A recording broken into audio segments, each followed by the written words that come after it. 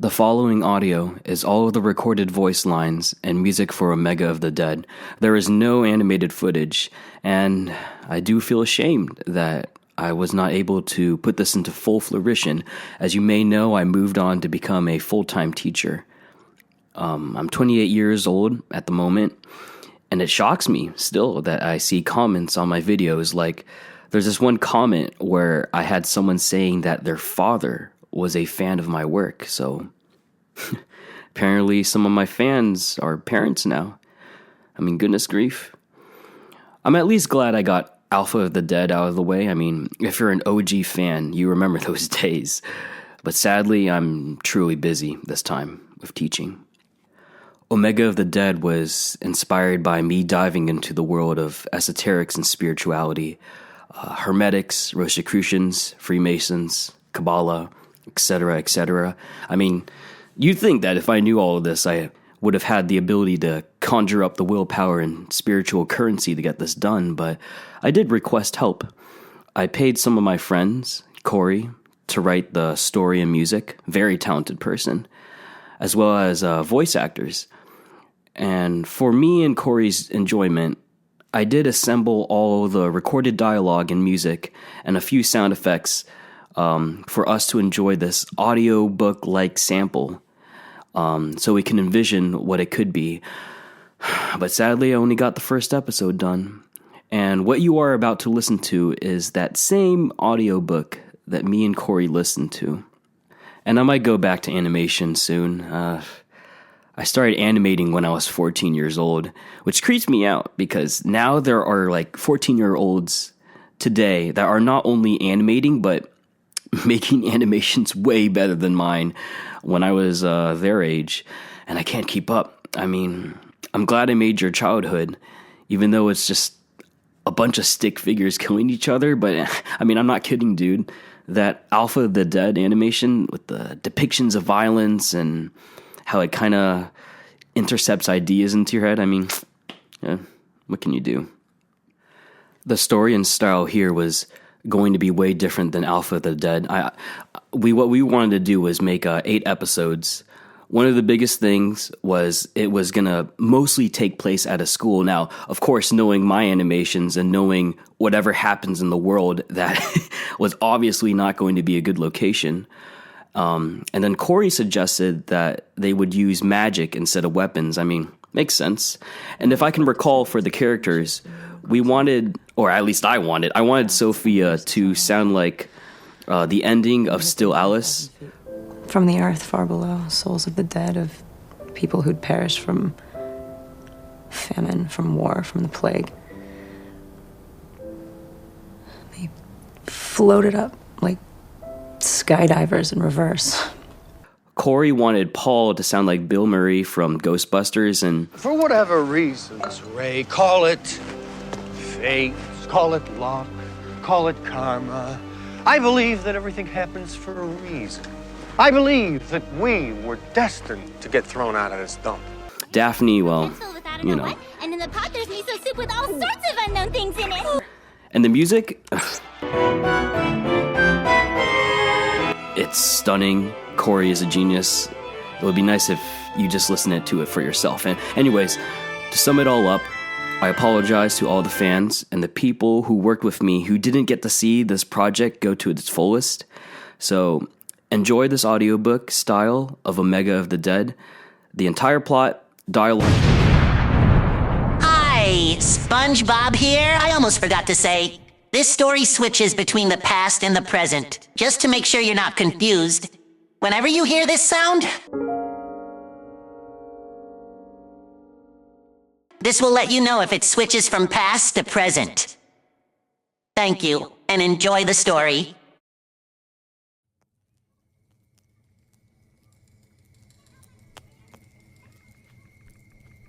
What is the price of peace?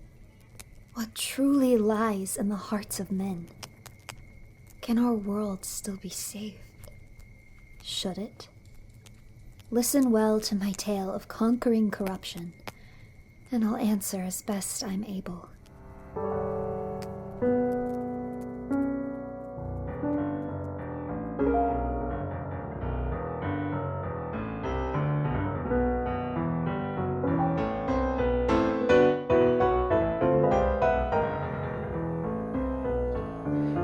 Sounding like a nice evening stroll to our favorite spot, eh? Did you remember to bring the picnic basket? Hush, Paul. We need to focus if we hope to actually reach the source this time. But Sophia, if my rumbling tummy alerts the enemy. I'm sure we'll find plenty of rusted lunchboxes filled with expired food and wriggling insects. Yeah, of course. A crunchy cockroach or two should do the trick. Enough. Hundreds of lives are in our hands, and I aim to ensure we'll be seeing their smiling faces come sunrise. Just keep your pendant close and follow my lead. Ah, of course, after you. Do or die this time, eh? Do or die. Let's go. Don't waste your bullets. Where would you be without me? Get down! Worry about yourself for a change. Behind you! I'm out! Remember your training! The world is your weapon! That's not quite what I had in mind. There we go, you'd have made a hell of a crossing guard. There's too many. We have to get to higher ground. It's not like us to be overtaken so early. Just a sign and grab my hand! Are you crazy? You know we need to conserve our magic to deal with the aberrations closer to the source. Oh, forgive me. Those zombies didn't seem to sort of obey the traffic laws. Quick, before they catch up. I think I see a tank ahead. Yeah, this should work better than trying to play catch with an empty gun. Let's go! Now this should do the trick. Ooh, let's see what's in here. Paul! Now, don't lose your head just yet, sensitive Sophie. Anyway, I don't think he'll be needing these grenades anymore, eh? Looks like we've alerted a welcoming party. How's my hair? I'd hate to make a bad first impression. You think we'd have trimmed their ranks down a bit by now. Quit whining. You know they're drawn to the source. Hey, Sophia. You know what's worse than dying from using too much magic? What's that, Paul? Dying from not using enough! I'd love it if we could even try to work together. Indeed, I'm waiting for you! You think this is what Everest looks like under all that snow? Yeah, I imagine there's more gold watches and yacht keys up there. It had been 12 years since the fall when Paul and I approached the school for the final time. All I could see was a way to save the ruins of civilization, a way to give us hope for beginning again. All Paul saw was an enemy to destroy.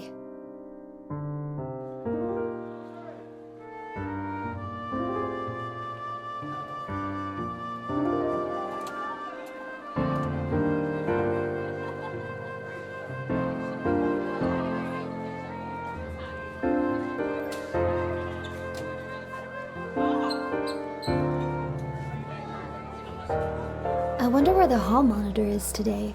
It's just not the same without his shrill, nagging voice barking threats at everyone. You didn't hear? He, got an in-school suspension yesterday after he beat an underclassman bloody for not having a hall pass. Becky saw the whole thing. She said it was crazy. Really? He always seemed so harmless. Whatever. All I know is that weirdo's got all this week's after-school activities canceled. Why should him flying off the handle keep me from cheerleading practice? We need all that we can get. Becky and Chloe totally agree that Amber needs serious work if we're going to make it to the finals, and you know I'm depending on this for a scholarship, and my mom is going to totally freak out. I'm so sorry. I didn't mean to mention moms. I know the anniversary of her mother's disappearance is coming up. Oh my god, I'm so stupid. So stupid. No, hey, you're okay. She was gone before I could even remember. Don't be so hard on yourself. Doesn't it, freak you out, though? To not know where you came from? The past might as well be dead, Daphne. Speaking of history, aren't we running late for Mr. Simon's history class? Oh no! We gotta go! Sometimes it helps when you look behind us, eh? Come on. Up you go. Oh my god. Sorry. Talking like a mouse is a good way to get eaten by cats. Luckily for you, I'm not the type to take advantage of others. Hey, aren't you a new transfer here? Yeah, I've been here longer than you think. You sit in the back of our history class, right? Maybe? I don't know. I have that creep Mr. Simon. I'm heading there now. Isn't it in the other direction? Yeah, so are we. My name is Sophia, and my suddenly subdued friend is Daphne. A pleasure to meet you. Yeah, I'm Paul. What's What's that shiny thing dangling around your neck? This? It's something my mother left me before she disappeared. Would it interest you at all to know that Mrs. Sherman has a pendant almost exactly like that one? Wait, really? Yeah, same size and shape, same golden color and everything. It says the letter Omega on it, though. I'm guessing the A on yours stands for Alpha. Do you think Mr. Simon might know something about your mom, Sophie? I'd venture to say he does, Daphne. Not only that, but I suspect that our teacher might be related to the recent rise of violence and vandalism in our school in some nefarious ways. If you want to talk more, and I expect you do, meet me after class at the Sabara in the cafeteria. Nobody ever goes there. Okay.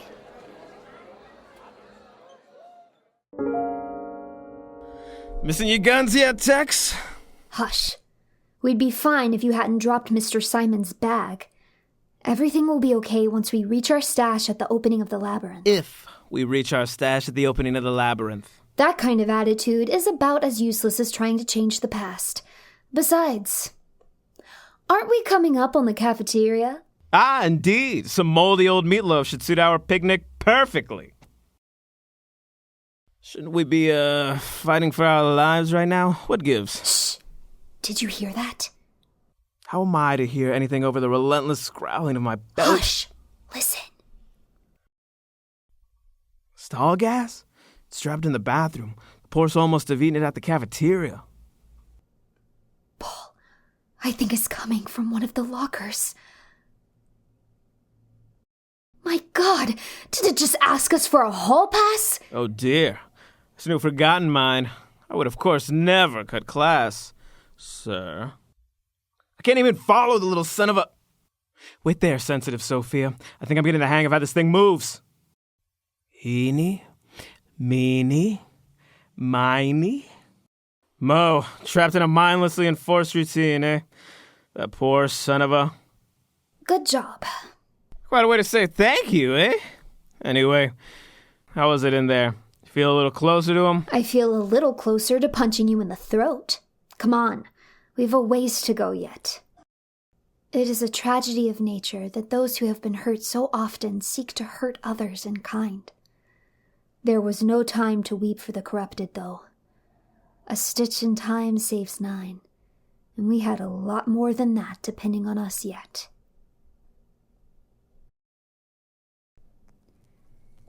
We never stood a chance. Those at the center of the school least of all, those who were corrupted by the source silently pulsing beneath them. Their eyes became blank voids of white, and their only motive that of violently making others like them. They bite. The corruption is in their blood, and though their bodies quickly decay, they still shamble on as animated corpses, puppets with no master. A fate worse than death. I still think you should get something to eat. I can't, I'm too nervous. What if I actually learn something about my birth mother? I know you're excited, but are you sure we can trust the guy? We don't even know him. There he is, I see him. Come on, before lunch is over. No, you shouldn't have. I'm sorry, but that's my... Oh, no need to apologize. I really was ever so hungry. How sweet of you to think of me. But I was hungry. What's that? You'll have to speak up if you want to be heard, my dear. All right, then. Down to the matter at hand, eh? Indeed. You've made a lot of claims about Mr. Simon. How do you know so much about him? Easy. He occasionally leaves that bag he's always lugging around and intended for a small window of time. I've been snooping in it. You what? Don't you know that's wrong? Why? That guy's a creep. Sophia, you ever notice how he always follows you behind to your next class every day before hurrying back? That's when I've been snooping. He follows me? Yep. That's creepy. Told you. His bag is even creepier, though. I know it sounds crazy, but inside the bag, this thing is somehow much, much larger than the outside. I swear, it held not only the Omega pendant, but also dozens of books, and even still there seems to be more room. But how is that even possible? Magic, my dear. As I was saying, I've been spending copious amounts of time with a certain one of Mr. Simon's books. and I've been able to glean so far that our creeping resident is a member of the Omega Order, a secret cult of ancient origins that's been meddling with the course of human history for millennia.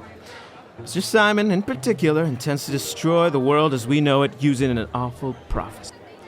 Apparently below us, there is a well-veiled labyrinth of caves with a great cavern at its center, right under the center of our dear Alexandria High School.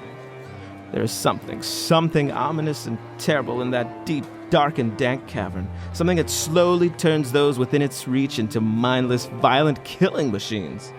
Mr. Simon calls them the corrupted. Like zombies? Righto. However, in order to unleash its full power, it seems that our good Mr. Simon has a prophecy to fulfill. One where he sacrifices the bearer of the Alpha Pendant in the cavern over a spot that he calls the Source. You mean... Yep. For whatever reason, you owning that pendant is important, and he is of mind to do anything it takes to achieve whatever twisted ends he's after. And right now, Sophia, he's after you. There must be something we can do to stop him. My thoughts exactly. It seems that there may be a way to destroy the spot utterly, which would foil his plans for good. I'm sorry, Sophia, but this is just too much. Please, let's just go home. Go home and forget about all of this. Please. What's our next step then? We need to get back in that bag. Once I finish the final passage, I'm certain I'll know how to destroy the Source.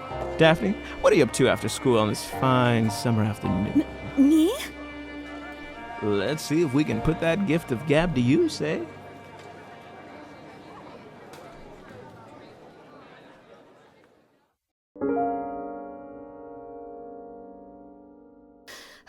Damned aberrants. They're fast. I'm at least happy to see that kids do indeed still go cuckoo for Cocoa Puffs. Hush. It's not even breakfast time. Since it's evening, that would make it... Pizza time.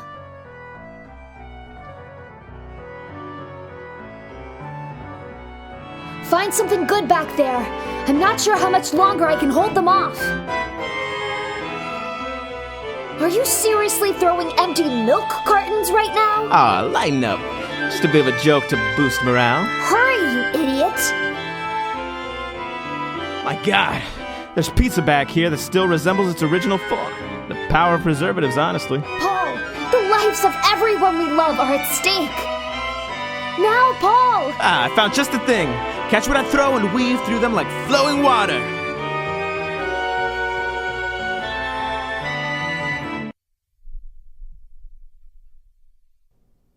You can come out now, Paul.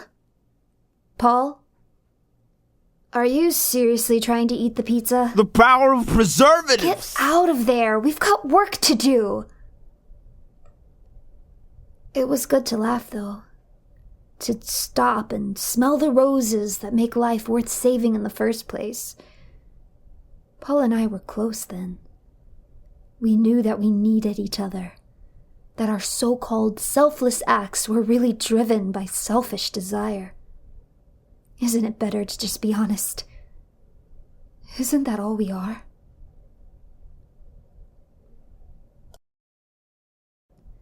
After the fall, we were alone, Paul and I.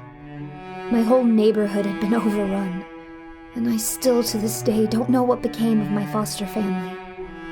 So we hid, alone. We came upon others, of course, but they all seemed to only want to take from me, from Paul. What's ours? What's mine? So we hid until we could hide no more. We had to do something, and we knew that only magic could save us. Mr. Simon, I'm so sorry to bother, but can I ask you a quick question? Oh, of course, Daphne. Has Alexandria's high school emblem always been the shiny book with the stabby swords? The shiny book, as you put it, has been around since the school's inception. The swords, however, were added sometime later. A sad necessity, if I do say so myself. Oh, okay. Can I ask one more teeny tiny question? Yes, but please do be quick. What, is history? You're asking me what history is? Uh-huh. Many see history as a recording of past events. It has to be recorded? Don't I have a personal history? Where's that written down? I suppose one could see your memories, habits, and values, the configuration of your very body itself, as a sort of record, no? Oh, I see what you're saying. Anything can be history. Not quite. My collection of weird bugs is history. I mean, in a sense, but... And the future is history. Please wait. There's our golden egg. Be quiet. He'll hear you. Oh, but Daphne's tittering? Hardly. Let's just get what we came for before we're caught. Hey, look, Sophia. Now we're twins, eh? This is no time to be playing around. Ah, yes. I'd be sensitive, too, if my twin was so much prettier than I. Hush. What's that book you're holding? No need to get snappy, sensitive Sophie. It's the one I've been reading. The Omega Order and the Rise of Corruption. Now, why don't you dig around for something fun while I look for what I need, eh? With pleasure. How is this even possible? Who cares? This one feels right. The Elementicon. Paul, I think this is a book on how to actually use magic. Oh. Fire, air, water, and earth. Oh. The 4 elements working together to change the world. But okay, like, what if I ate a whole bunch of uncooked rice, then drank a bunch of water and sat in a tanning booth? Would the rice cook in my belly and make me explode? I highly doubt that. Would that be history? I have no time for this ridiculousness. Good day, Daphne. It was great talking with you, Mr. Simon. Have a great rest of the day in the classroom you're about to be in. That's our cue. Quick as you like now. Do you suppose he's quoting Churchill? Hush. This is about to get ugly. To be frank, I'd say it's already pretty ugly. Are we feeling insecure because the zombies are paying more attention to the sports ball captain than you? Oh, look at you. Aren't we in rare form today? Anyway, I call the ball rack. I'll take the gym equipment. We can't fell this beast with dodgeballs and shake weights alone. Sophia, you need to root him. He's too big, he'll tear through. Only maybe. Very convincing, thanks. It's not working. Keep at it, I got an idea. Like they say, the bigger they are. The easier their body snaps clean in half due to the oppressively crushing force of gravity? I'd take that over the oppressively crushing force that is your sense of humor. Tighten up. The library awaits. It's wild how well things can work together. Especially when the odds of anything working or happening at all seems entirely out of anyone's favor.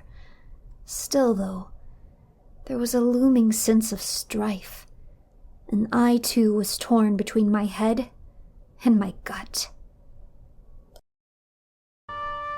We eventually made our way to a secluded campsite deep in the forest on the edge of town. Here we trained our bodies. Paul taught me that everything in the world can be used as a weapon, and I embraced the philosophy wholeheartedly. More importantly, we devoted ourselves to mastering the magic contained in the Elementicon. We decided to specialize, Paul focusing on fire and air magic, while I studied water and earth. As our powers grew, my hopes of defending ourselves against the Horde, or even pushing them back, did as well. As we developed our new home, we started leaving signs that would lead those lost in the city towards what was becoming a burgeoning village, our new Alexandria. My priority was protecting our people, but Paul was convinced the only way to truly achieve peace was for us to fight our way back to the source and destroy it once and for all. The people sided with Paul, and I sided with the people. He and I quickly began monthly raids, getting closer and closer to the source with every attempt.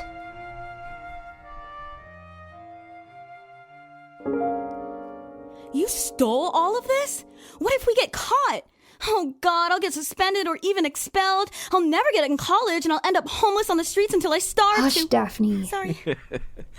I bet poor old Mr. Simon is losing his mind in there. He deserves worse. Let's follow him. My thoughts exactly. I could sure go for an apple right about now. Oh, great. I was hoping to swim through a sea of meathead sweat today. Hush, quick, he's heading for the library. Perfect. I'll take the musty smell of old books over the testosterone-soaked desperation to live out their parents' failed dreams any day. Sorry. Oh, sorry. Pardon me. Oh, I'm so sorry. Oh. Bah! How are we gonna find him in all this? Quit complaining and just help me look. Oh, darn. Looks like Mr. Simon isn't here. Guess that means we should all just head home and forget about all of this, right? No, he's gone through a door in the poetry aisle. Sophia, you alright there? I don't know what came over me. There's no time, though. Let's hurry. Of course. After you. Yuck. Why are all these books so dusty? When's the last time you read a poem? Well, sorry. Look, though. This one doesn't have any dust on it at all. Early American poetry? Of all that's here, this is what they chose? I feel like something should be right about here. That's incredible, Sophia. You led us right to it. I don't understand how at all. My pendant became warm and I just knew. Sensitive Sophie indeed. Come on. Let's see where it leads. Be sure to watch out for the Minotaur, Daphne. The what? Hush, Paul. Oh, I never knew. Is that what encyclopedias are for? Hush. I suppose knowledge is power. Just focus on pedaling through this horde before it kills us both. Of course. Let's see what we've got here. A Canticle for Leibowitz. No, that's one of my favorites. 10 easy ways to make your own pizza? No, that's a treasure for all posterity. Here we are. Teen romance novels. That'll leave 'em in tears, eh? Quit babbling. I just missed our exit. Take this and brace yourself. Oh, wow. Did you know that those little plastic caps on the end of shoelaces are called aglets? Focus, Paul. We're almost there. Sophia, quick. Use your roots to hold them back. We've used too much magic as is.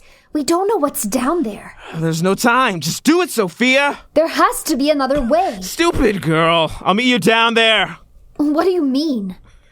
Come on, kiddies. Follow Papa Paul. No, don't. Hey, looks like I'm taking a page out of your book. Don't have too much fun without me. All right, kiddies, follow Papa Paul the Pied Piper. Come on, come on. What will we make of these pages and pages of books written by dead hands about what they deemed worthy? Should every part of the past be remembered? Is the corruption something best forgotten if conquered, lest its mere memory brings about fall after fall until nothing rises anew?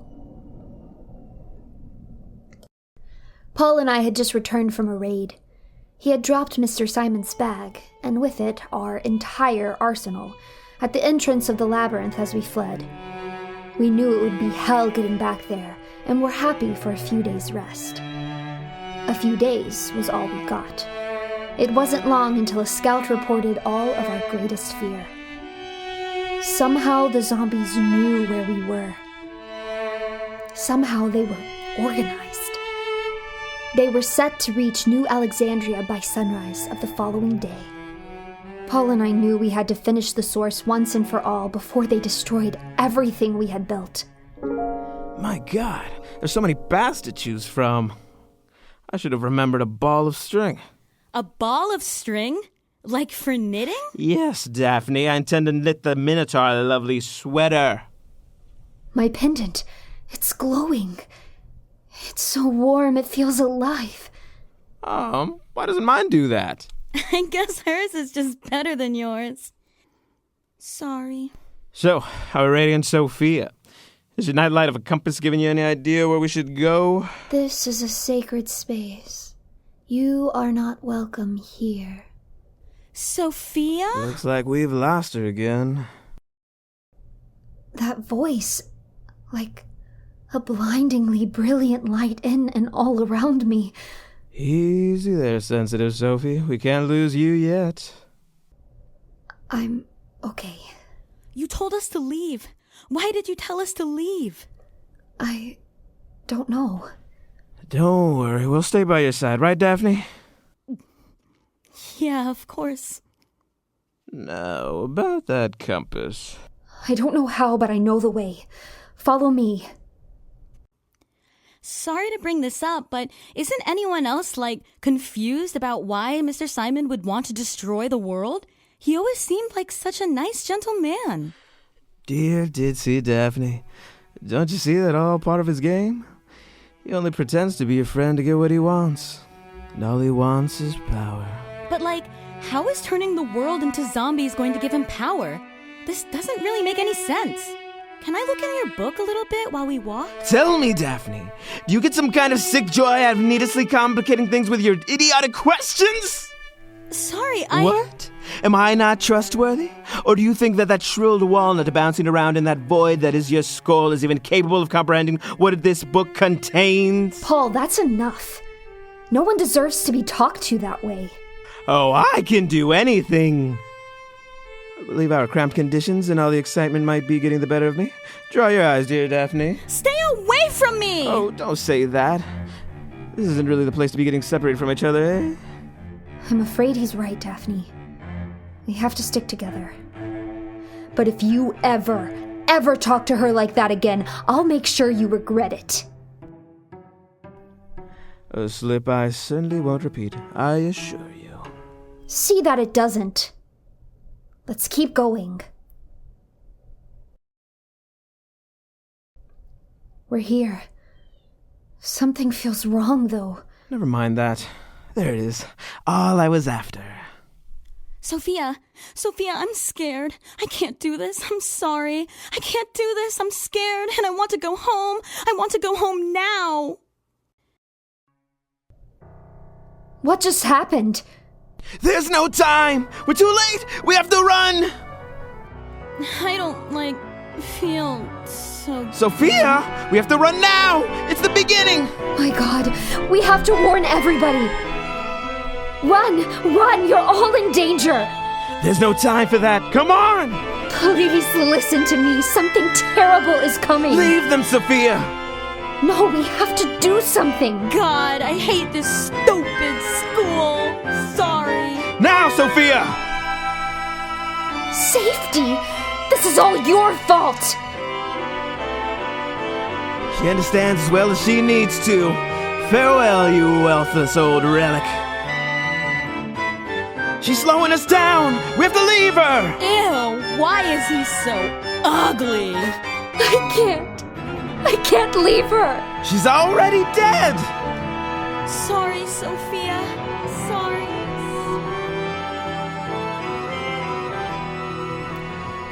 I couldn't save Daphne. I couldn't save anybody. Did I even deserve to be saved myself? The world ended that day.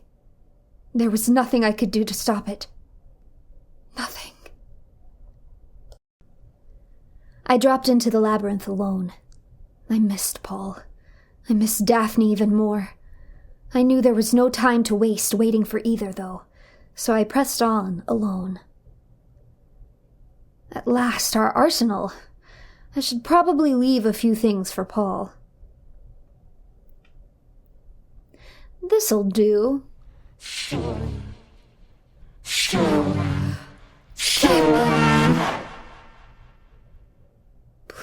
Please don't make me do this. Daphne, no! I will avenge you. I'll save us all. I guess I'm still waiting on Paul. Oh, what's this? It's the book Paul dropped way back then. The Omega Order and the Rise of Corruption. The sun should be rising soon, and there's no time to wait for him to tell me how to stop this thing. I've got to try and find the answers myself. Keepers of magic, humanity's hope, the Omega Order, ruled from afar. But hubris turned fortune's unforgiving spokes, till futures decayed like dull, fading stars. The new world waited like fruit to be plucked, and the Order was eager to harvest. George and Joanna, in awe of their luck, were chosen though they ranked the lowest. Magic from humans, humans from magic, this their great leader decreed they uphold. But women away from magic were fixed and defiant. George Dark's plan would unfold. With baby just born, George still paced and fumed, their laws and their power unearned and unjust, promising changes would be in hand soon, and that in his plot Joanna should trust. But she could not, as a vision foretold. His heart was filled with jealousy and rage. Etching an alpha her gold pendant glowed, which with instructions and carriage was placed. But Joanna saw that she was far too late, and bodies of members littered the ground. To save the future from terrible fate, she sensed she must stop George before blood is bound. From George's blood, corruption arose, but Joanna stabbed him before he could speak. He stabbed as he fell in his final death throes, her hopes of halting corruption now bleak. A drop of her blood fell upon the source, and suddenly she was transfixed with light, which surged through her body with such awesome force that sealing the corruption robbed her of life. Some members remained, but one found the note, tasking them ever ensure child grows, to bear its own child and perform by rote the sacrifice that only their bloodline knows. I couldn't believe what I had read. Mr. Simon wasn't trying to end the world. He was trying to protect me until I could conceive another of my bloodline and perform the sacrifice myself. Myself. This was all my fault. My head was spinning with why everything went so wildly against what's been quietly happening for centuries. That's when Paul showed up. To be honest, I was never very fond of my father. He beat me, and my good-for-nothing mother let him do it. I reasoned at a rather early age that some don't deserve to be in positions of power. But in contrast to all these brutish and short-sighted rulers, I was smart. I would know what was best for people. I deserved that power. So I poisoned the old man, discreetly, of course. Otherwise there might have been some issues with his life insurance. Now he could never hurt me or my mother ever again. Now I could take the power and do what's right with it. With a big sack of money in tow, my mother and I moved to the lovely little town of Alexandria and settled in. I am, if anything, a man of culture. A shame that none of my teachers truly understood how it worked, what was at stake. I learned what I needed to on my own. I thought more than ever that it was I who deserved to mold the course of human history. The only thing of interest in Mr. Simon's history class then was whatever was in that weird bag he always clung to so dearly. I caught on pretty quickly that I had an 8-minute window after each class as he went after a girl that usually sat in the front with her loud friend. It was in that bag that I found my route to power. I caught on pretty quickly what the old man's role with Sophia was. Luckily her buttons were easy to push, and oh, how I pushed them. The caves under the school were naturally labyrinthian enough as is, but I had read that the Order made it even more so, digging extra tunnels and making it near impossible to navigate. I also read that Sophia's little nightlight was also a compass. She seemed like a good friend to have, we'll say. She led the way with gusto, of course, completely oblivious to whatever it was that tried to warn them of my intentions. My plan was to remove the barrier using magic I had learned from Paul's big, bountiful bag of books, drop just a bit of old blood onto the spot, and then hightail out of there, leaving the book behind so Sophia could never learn the truth. I figured it would be easier to let the army grow from afar before I actually tried to do anything with it. Alas, though, it seemed the further away I was from the source, the weaker command I had over the zombies. As our dear Daphne so eloquently deemed, I theorized that I needed to add more of my blood to the source to extend my control. I was actually impressed with Sophia's tenacity and rate of development, both physically and magically. Why fight my way back to the source alone when I could have her do half the work and help navigate along the way? Why, I could even dispose of the one person capable of stopping me while I'm down there. It all seems so wonderfully handy.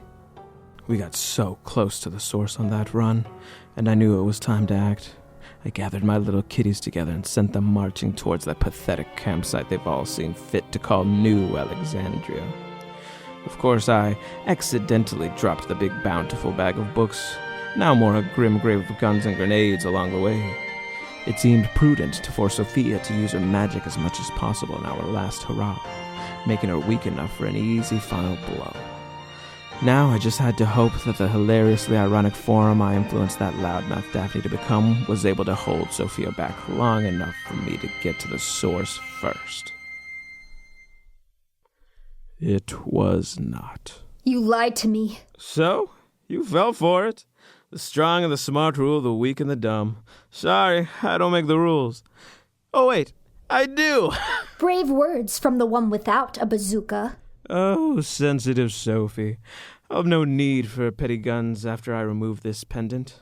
Good luck ruling the world when you're just a mindless drone yourself. On the contrary, if I am the one in control of the zombies, would I not then be in control of myself once I became one? Let's find out, shall we? Looks like I win again, eh? Hush, Paul. This isn't over yet. Oh, look at you with the jokes today. I'm afraid, though, that playtime is over. The vortex, your bullets and bombs. I'll make you pay for that. That? Oh, I'm just getting started. Now things are getting interesting. Allow me to up the ante as well. Here come my children now. I wonder how much magic you'll waste on them. I'll only need 2 spells for these chumps. Let me show you how it's done. Your turn. More blight! More blight! How's that self-control coming along, Paul? You're not looking so hot. The Paul I knew would have thought crushing us both to death in a cave-in a pretty stupid move. Out of ideas, are we? But I was out of ideas too. The cavern was collapsing around me. I realized all I had left was to blindly attempt the sacrifice, to maybe stave off the corruption for another generation. And my mind went blank as I became something else. I alone have a heart that cares for more than blood. Begone, foul perversion of necessity, and let life and love blossom forth anew!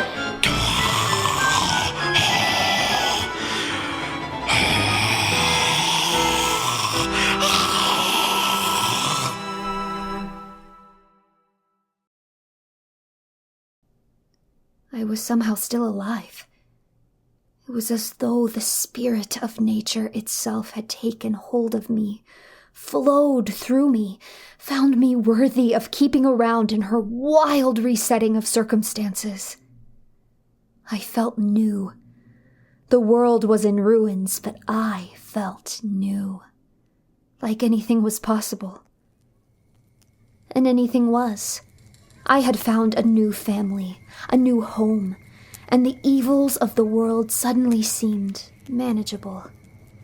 We might actually be able to build a better way. And that, little ones, is the story of how your grandmother founded New Alexandria. And basically saved the whole world! Hush, little Daphne. I only helped however I was able. Speaking of helping, isn't it high time you lazy bones got up and moving? There's work to be done, and we've still a long way to go. I know now that the price of peace is selflessly shed blood, sweat and tears, that the selfish hearts of men will do whatever it takes to fulfill their twisted desires, and that the heroes of humanity must be vigilant if we hope to save a world still worth saving.